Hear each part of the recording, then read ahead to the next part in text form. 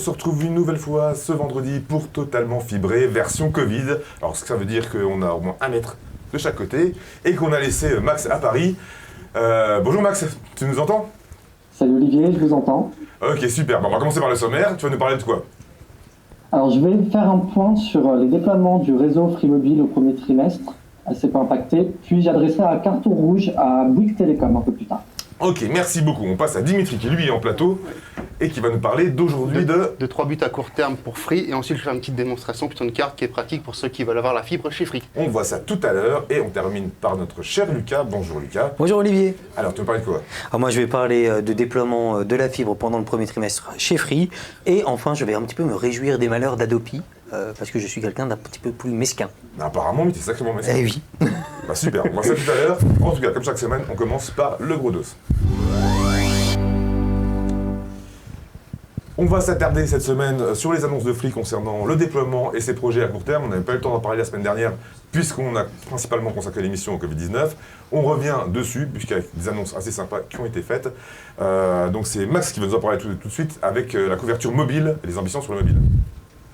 Tout à fait. Donc peu impacté au premier trimestre, Free continue de progresser sur le mobile et réduit toujours un peu plus d'écart sur ses rivaux. Alors au rang des satisfactions, l'opérateur a déployé 500 nouveaux sites 4G sur les 3 premiers mois de l'année et a continué de mettre un coup d'accélérateur sur la bande 700 MHz. Alors fin mars, 90% des sites 4G de l'opérateur sont équipés en 700 MHz, ce qui équivaut à 14 200 sites, ce qui n'est pas rien. Alors cela s'en ressent effectivement sur la couverture mobile de Free Mobile. Alors l'opérateur couvre désormais 96,8% de la population en 4G et 97,9% en 3G. Mais il devra faire encore des efforts. Alors on va l'afficher pour voir si vous avez partout les chiffres. Ils vont nous l'afficher. 80% donc en 4G, alors que chez ses rivaux, elle aussi entre 84 et 88%. En attendant, les abonnés Free Mobile continuent de consommer toujours plus de data mobile. Alors au premier trimestre, ils vont passer un nouveau palier avec une conso moyenne de 14,7 gigas et Free a également annoncé donc, avoir enregistré sur ses réseaux mobiles une augmentation de 20% de la data lors du confinement. Alors on peut effectivement imaginer qu'au deuxième trimestre, il y a un nouveau bond en termes de consommation chez les abonnés. D'accord, est-ce que c'est plus que chez l'autre opérateur la consommation data? C'est beaucoup plus puisque la consommation moyenne en France est de 9 gigas, il me semble. D'accord, donc on est quasiment à 50% de plus. Pratiquement le double. Donc en fait, à partir du moment où on offre de la data, les gens l'utilisent. Forcément. Mais c'était pas une réalité forcément au début. Beaucoup ont râlé quand Free a lancé la data illimitée en disant que ça n'avait pas d'utilité. Visiblement, ça en a. Puisque tu as la parole, Lucas, parle-nous un peu de la fibre, justement. Il y a des annonces à ce niveau-là aussi. Exactement, donc Free a fait un petit peu le point sur le déploiement de la fibre pendant le premier trimestre de l'année 2020. Donc durant ces 3 mois, il y a eu 1,5 million de nouvelles prises déployées, donc pour un total de 15,4 millions de foyers raccordables à la fibre de Free. Donc forcément, vu qu'il n'y a eu que 2 semaines de confinement, il ne s'est pas encore beaucoup vu sur le déploiement. En revanche, c'est bon signe pour Free puisqu'il a depuis atteint les 2 millions d'abonnés fibre qui s'était fixé pour le plan Odyssée 2024. Alors c'est pas officiel encore, hein, c'est sur France 04 qui détecte les Freebox connectés. Ça a dépassé le chiffre là, début mai environ. Donc on s'attend peut-être à une petite annonce, on espère. Mais en revanche, l'opérateur s'attend bien à un gros ralentissement justement tant sur la fibre que sur le mobile pour le déploiement, forcément, puisqu'il y aura eu quand même 1 mois et demi pendant le second trimestre qui aura été fait pendant le confinement. Forcément, ça aura été un peu plus compliqué de déployer. À noter aussi, Max, tu parlais du trafic, de la hausse de trafic pendant le confinement sur le mobile. Sur le fixe, c'est 40% de trafic en plus que Free a enregistré. Sur la période du confinement? Sur la période du confinement. D'accord, et ça a baissé depuis? On n'a pas les chiffres. On n'a pas encore les chiffres là-dessus. Ok, merci beaucoup Lucas. Donc Dimitri nous en parlait tout à l'heure. Free en a profité pour annoncer ses 3 objectifs à court terme et a fait des précisions sur des objectifs à long terme qui nous intéressent un petit peu plus d'ailleurs. Il y a notamment donc, le déconfinement des employés, des collaborateurs qui étaient en télétravail, qui vont donc rejoindre ceux qui sont restés sur le terrain durant le confinement, notamment les techniciens. Il y a aussi le fait de relancer les activités. Alors les techniciens, la plupart ont travaillé pendant le confinement. Voilà, oui. C'est vrai que je les citais donc. Enfin, les techniciens sur le terrain en tout cas. Ouais. Et ensuite, il y a le relancer les activités commerciales, en rouvrant notamment les 86 Free Centers. Il y en a 10 qui ont été rouverts le 11 mai, et le reste, hormis quelques exceptions, ont été ouverts, donc réouverts le 18 mai. Et Tous les free centers sont ouverts. Il y en manque 2. Enfin, le directeur des free centers m'a dit qu'il en manquait 2. Comme le 18 mai, il y avait quelques exceptions. Dont Paris, qui est le plus gros, qui est le plus difficile, j'imagine. Et ensuite reprendre le rythme soutenu donc, qui était avant le confinement, le rythme de déploiement des réseaux, que ce soit fibre optique ou mobile. Et Free a notamment annoncé débloquer 650 millions d'euros via sa filiale IFT, qui est détenue par Infravia, pour donc, soutenir financièrement la filière, donc les sous-traitants qui avaient un peu des problèmes de trésorerie. Ok, d'accord. Donc ça, c'est l'objectif à court terme.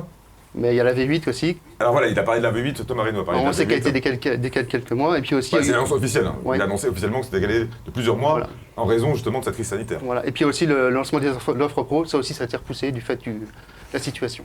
Évidemment, on imagine bien que pendant ces périodes-là où les gens ont les Ça yeux, bouscule un petit peu les plans de tout le monde. Puis voilà, même dans l'actualité, je pense qu'on a autre chose à penser qu'une nouvelle Freebox, même si... Elle est attendue. Oui. Même si elle est attendue. Justement, tu nous parlais des free centers qui ont évolué et qui ont mis en place des gestes barrières, qui ont mis en place une nouvelle procédure pour accueillir les freenotes. Un petit reportage a été réalisé par Free à ce sujet-là. On le regarde tout de suite et on se retrouve très rapidement juste après.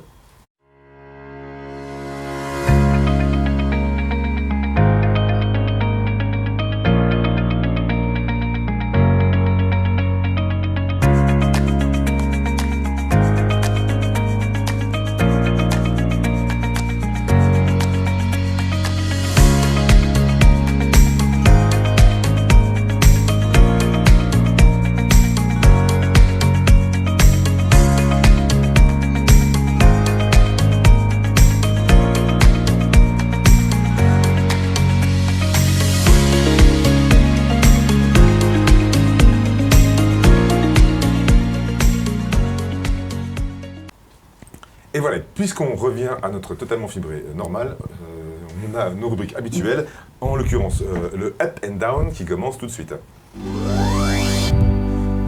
C'est pendant cette rubrique-là qu'on va vous donner nos coups de cœur ou nos coups de gueule. Lucas va nous parler d'un Up, c'est ça? C'est ça, donc moi c'est un petit coup de cœur pour les malheurs d'Adopi. En effet, le Conseil constitutionnel a annoncé censurer l'accès d'Adopi aux données collectées de l'opérateur, donc les pirates de tous bords peuvent se réjouir.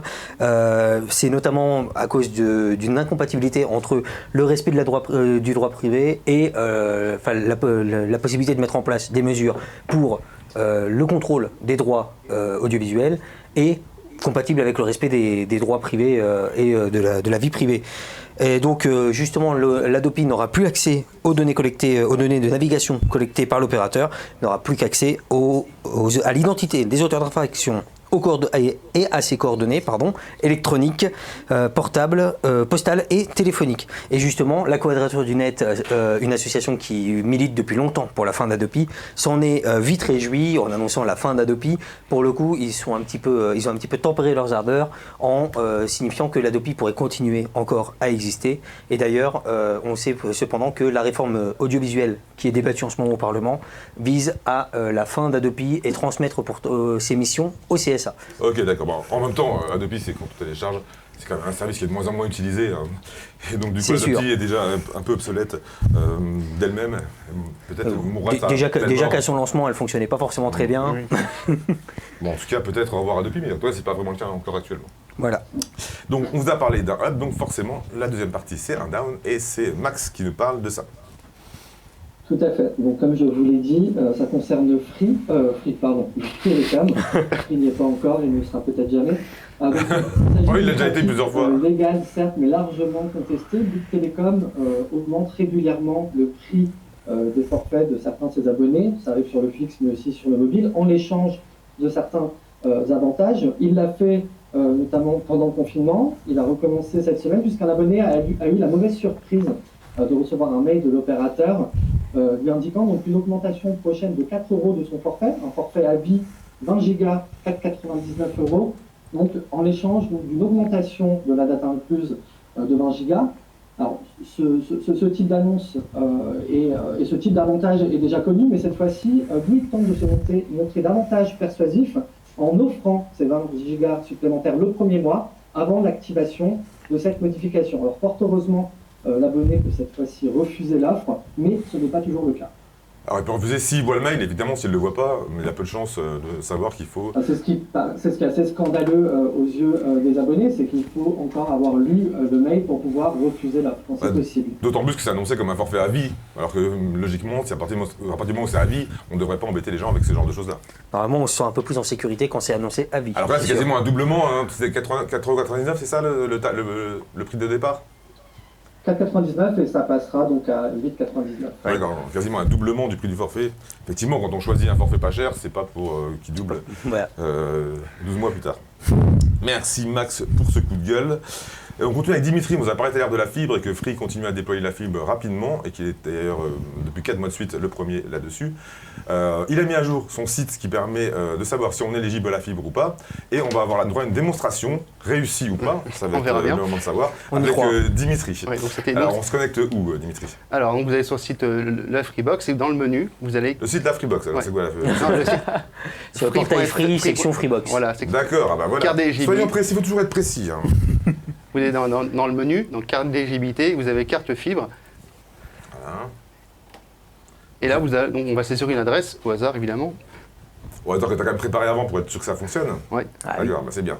C'est bien, tu as préparé ton sujet, tu vois, c'est pas toujours le cas. Je te remercie. Là, Tu es taquin, Olivier, tu es taquin. J'ai bon espoir que ça fonctionne ce coup-ci. Mais ça fonctionne, regarde. Alors, donc c'est quoi dans l'adresse? 1 rue André Clou à Toulouse. Là, on peut voir que l'adresse n'est pas éligible. Donc vous avez la légende, hein, vous avez du vert foncé juste là pour indiquer comme quoi c'est éligible. Les autres, c'est ceux qui ne sont pas, qui seront prochainement ou pour lesquels, en tout cas, c'est planifié. Et justement, la rue Henri Clou, il n'a pas l'air... Non, pas de chance. C'est l'à côté, à la limite, de l'autre côté de l'eau, je crois, a l'air plutôt bien fourni en revanche. Et donc, du coup, on nous propose quoi? D'être tenu informé de l'avancement du raccordement. Et là, du coup, vous arrivez sur un formulaire, vous mettez votre nom, votre prénom, adresse email, téléphone, et lorsque vous êtes éligible, vous serez contacté par l'équipe de Free pour mettre ça en place, pour mettre en place le raccordement. Donc ça fonctionne qu'on soit abonné chez Free ou qu'on soit pas abonné chez Free. Voilà, c'est un site accessible à tout le monde. D'accord, merci beaucoup Dimitri pour cette démonstration qui a fonctionné. Oui. Qui est André Clou par contre? C'est une rue que j'ai pris au hasard, mais je connaissais pas le nom, j'avoue. Ah bah voilà, c'est pas jusqu'au bout. Tant pis. Taquin. On vous donnera l'info la semaine prochaine. On continue avec notre rubrique l'info à toute vitesse. Et c'est Max en direct de Paris qui va nous donner un condensé d'informations concernant Free et les télécoms. Juste après le jingle. Juste après le jingle, évidemment. C'est à toi Max. Oui, donc je suis en direct de Paris, mais l'info Free cette semaine n'est pas vraiment au rendez-vous, on va dire. Toutefois, petit avis aux abonnés au forfait à 2 €.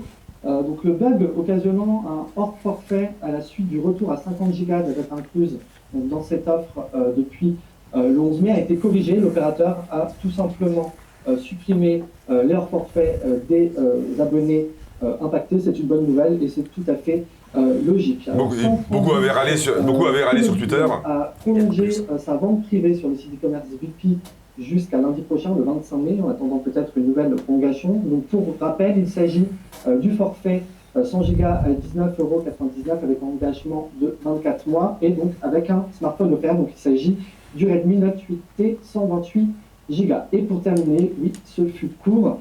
Un nouveau service gratuit a débarqué le week-end dernier sur iOS qui permet de se connecter automatiquement au réseau Free Wi-Fi. Ce service est baptisé F-Wi-Fi. Il a été développé par les concepteurs de F-Mobile, qui est l'application qui permet aussi sur iOS de s'affranchir de l'itinérance Orange. Donc vous pouvez la tester, c'est très facile et ça fonctionne. Ok, merci beaucoup Max, c'était court mais c'était bon. L'un n'est pas incompatible avec l'autre. On continue tout de suite avec notre débat qu'on appelle le Free Fight. On va s'intéresser cette semaine au forfait 2 € de Free. Vous savez qu'il a pas mal évolué durant le confinement. Free a ajouté de la data, puis jusqu'au mois de juin, jusqu'au 11 juin exactement, il a lancé les communications illimitées. Donc ce forfait-là est visiblement en pleine mutation. Est-ce qu'il a encore un intérêt tel qu'il est actuellement ? C'est-à-dire le SMS illimité 2 heures et 50 mégas de data. On va en discuter. À votre avis, qui veut prendre la parole en premier ? Je crois que c'est Max qui veut parler en premier. Oui, donc plusieurs choses à dire. Il faut rappeler que l'enrichissement du forfait 2 € était dans les plans de Free depuis fin 2018. Xavier Niel nous l'avait évoqué. Le forfait 2 € a subi pratiquement aucun enrichissement comparé à son forfait au-delà de 100 Go. La révolution mobile est toujours attendue. On peut attendre aussi un enrichissement Et donc du coup, le confinement a permis, je suppose, à Free de faire des tests, puisqu'en l'état, selon moi, le forfait ne permettait pas forcément, en termes d'usage, que ce soit en termes de voix et de data, de satisfaire les abonnés. Donc Free a testé plusieurs choses. Donc d'abord, un passage à 1 giga au lieu de 50 MO, le doublement des heures d'appel. Donc ça a plutôt bien fonctionné. Les abonnés ont très bien réagi et en redemande, visiblement, puisque nous avons lancé un sondage sur Univers Freebox pour savoir quel enrichissement souhaiteriez-vous sur le forfait 2 euros, et 50%, pour le moment 50% des répondants souhaitent 1 giga de data et 4 heures d'appel. Actuellement, jusqu'en juin, Free teste les appels illimités sur ce forfait-là. Pour l'instant, les abonnés ont l'air d'être un petit peu réservés. Ils préfèrent, dans tous les cas, une augmentation de la data. De la data qui sera peut-être éventuellement au détriment du prix, parce qu'on imagine mal un forfait aussi peu cher avec 1 giga. Je ne sais pas ce que tu en penses, Max. Oui. Et oui, il faut aussi le rappeler, comme tu l'as dit, Olive, Free perd des abonnés à 2 euros. Il en compte 5 millions encore. Il en a perdu 87 000 au premier trimestre. Donc tout porte à croire que Free cherchera à l'enrichir ou peut-être à le supprimer dans sa politique de simplification des offres qui tarde mais qui devra arriver peut-être cette année. C'est un forfait qui a permis de booster les abonnements à Free au lancement de Free Mobile. C'est plus forcément le cas maintenant, c'est peut-être limite, c'est plus un boulet. Donc Free cherche peut-être une nouvelle voie. Toi, par contre, Dimitri, tu penses que ce forfait-là peut avoir une utilité? Moi, en tout cas, je l'ai en tant qu'en deuxième forfait. C'est toujours pratique d'avoir une ligne secondaire. Donc là, la forme actuelle me convient parfaitement. J'aime bien le côté voix illimitée, on ne se pose pas de questions. La data, c'est sur le forfait. En voix illimitée, c'est temporaire. Ouais, mais si ça restait comme ça, moi, je trouverais ça intéressant. Plus que la data que j'ai sur le forfait principal, le gros forfait, quoi. Mais, voilà, mais en formule secondaire, donc c'est pas forcément... Ouais. Voilà, mais il a quand même une utilité. Pour ceux qui ne vont pas sur Internet, qui font que de la voix. Pour les enfants aussi, peut-être. Oui, pour qui n'aillent pas sur Internet, il faut voir des mauvais sites. Toi, Lucas, c'est pas un forfait qui te... Non, pour moi, c'est un forfait qui n'est plus vraiment dans l'air du temps. À la limite, avec le forfait Freebox, enfin avec la Freebox à 0 euros, pourquoi pas. Mais en vérité, pour même payer 2 euros, même si effectivement 2 heures d'appel, c'est plutôt sympa et c'est pas très cher. Pour moi, il est plus vraiment dans l'air du temps quand on voit qu'il y a eu des offres quand même un peu plus intéressantes. Je pense notamment à un opérateur qui s'appelle Sima Mobile. Alors ça, c'est compliqué, il faut lire dans les petites lignes. Hein. Bien sûr, mobile, mais voilà, il y a certaines offres comme ça qui peuvent être beaucoup plus intéressantes pour un prix peut-être un tout petit peu plus élevé, mais à l'heure où on est de plus en plus connecté, 50 mégas de data, c'est beaucoup trop peu, et finalement c'est autant carrément virer la data. 50 MO, ça sert pas à grand chose. C'est symbolique, hein, vraiment. Ouais. C'est ça, c'est vraiment que symbolique. Les 2 heures d'appel, pourquoi pas. On pourrait en avoir plus, mais effectivement, il faut payer si on veut aller au-delà des 50. Bien sûr, mais voilà.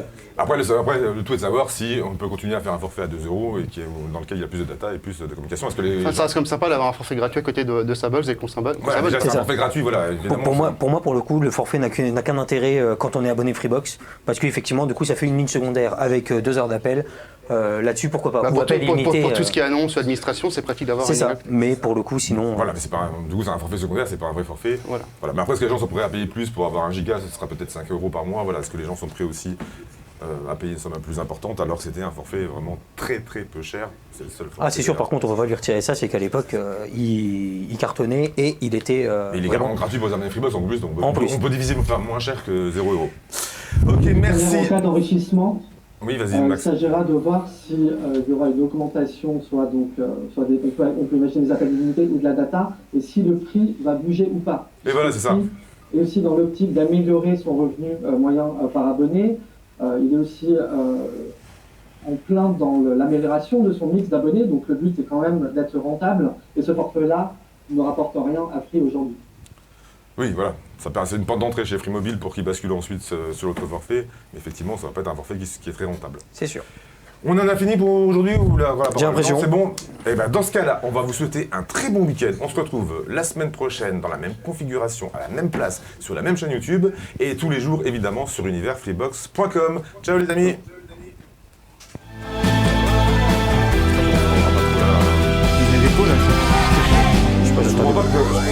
Je suis content parce que j'ai